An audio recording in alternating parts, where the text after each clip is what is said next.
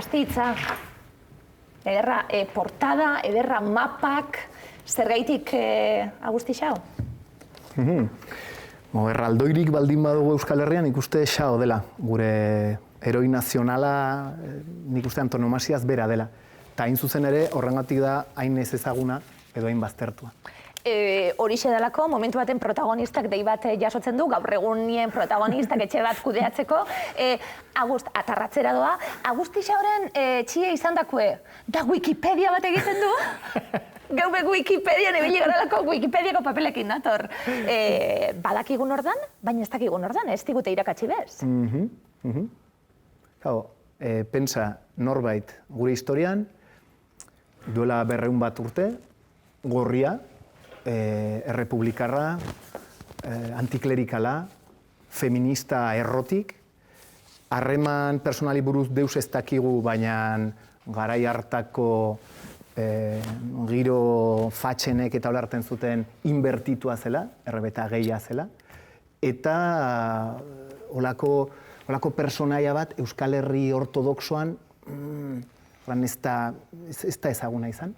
Atarratzen, 1811ko urrian jaioa, Baionan hila, 1858 urtien, bitartien gauza asko eginda, Aitorren hizkuntzarra eta magoia eta mito sortzaile eta egingo dugu karlistadetatik pasatuko gara bai, liburuan bidaia bat kontatzen zu. Bai.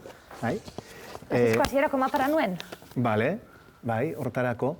Xaok egin zuen 1825ean bidaia bat Nafarroan. Garai hartan gerra karlista betean zen, Xao bera Parisen zen.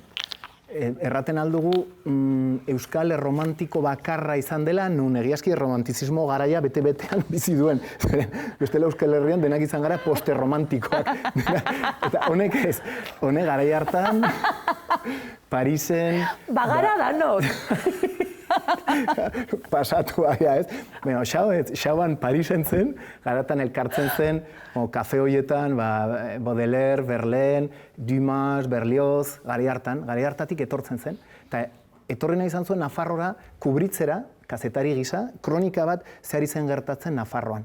Xaok egin zuen Baionatik hasi, Parise hortatik eta etorri zen, eta Baionatik kontrabandista batekin Sararaino joan zen. Bai. Saran hangaua pasatu zuen, gero Larrunen barrena berara, beratik Lesaka, Lesakatik gero Goizueta Ezkurra, Ezkurra Uitzi eta Uitzi Lekunberri.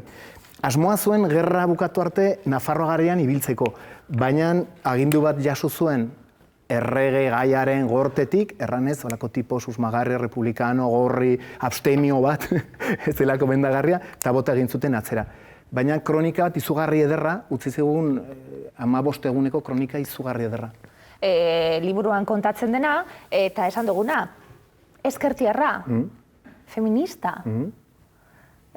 Non geratu da, Euskal Kazetari ezaguna, lehenengo Euskal Kazetaren sortzaile bai, horri. Bere material desplegablea ekarri dut, eta hau da Euskal Herriko Gazeta. Kaliforniari buruz, berbetan gabeitz, Kalifornia hori? Kaliforniako izan zen bigarrena, hirugarrena. Lehenbizikoa izan da, Xaok berak 1858ean argitaratua.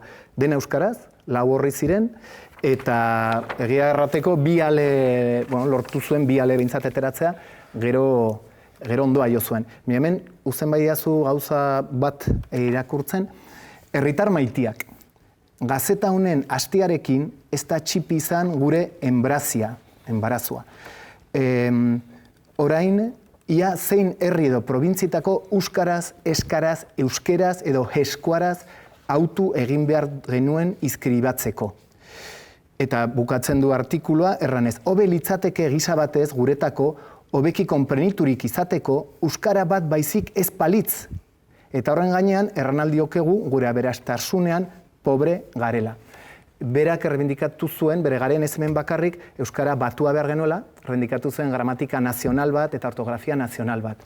Liburuan errebikatzen duzu bera, aitzindari moduen eta euskara batuaren ideiaren aitzindari moduen bebai, ez da? Eta asmatu egin zuen nola hori bebai, gure aberastasunian ze pobre garen? Pobre garen. Erraten baitu, nola erran, arramaiatza, ekaina, erre aroa, eta atera beharra kazeta lehenbiziko aldiz historian Euskal Herrian, bere hartu zen ze importantea zen prensa Euskaldun ondako, eta ze buru hausteak izan zituen. Xaok bezala, Xao gauza batzuetan izugarri serioa zen, Euskal Herriko legeaz edo politikaz eta hola, baina beste alor bat bazuen asmatzailea, sortzailea.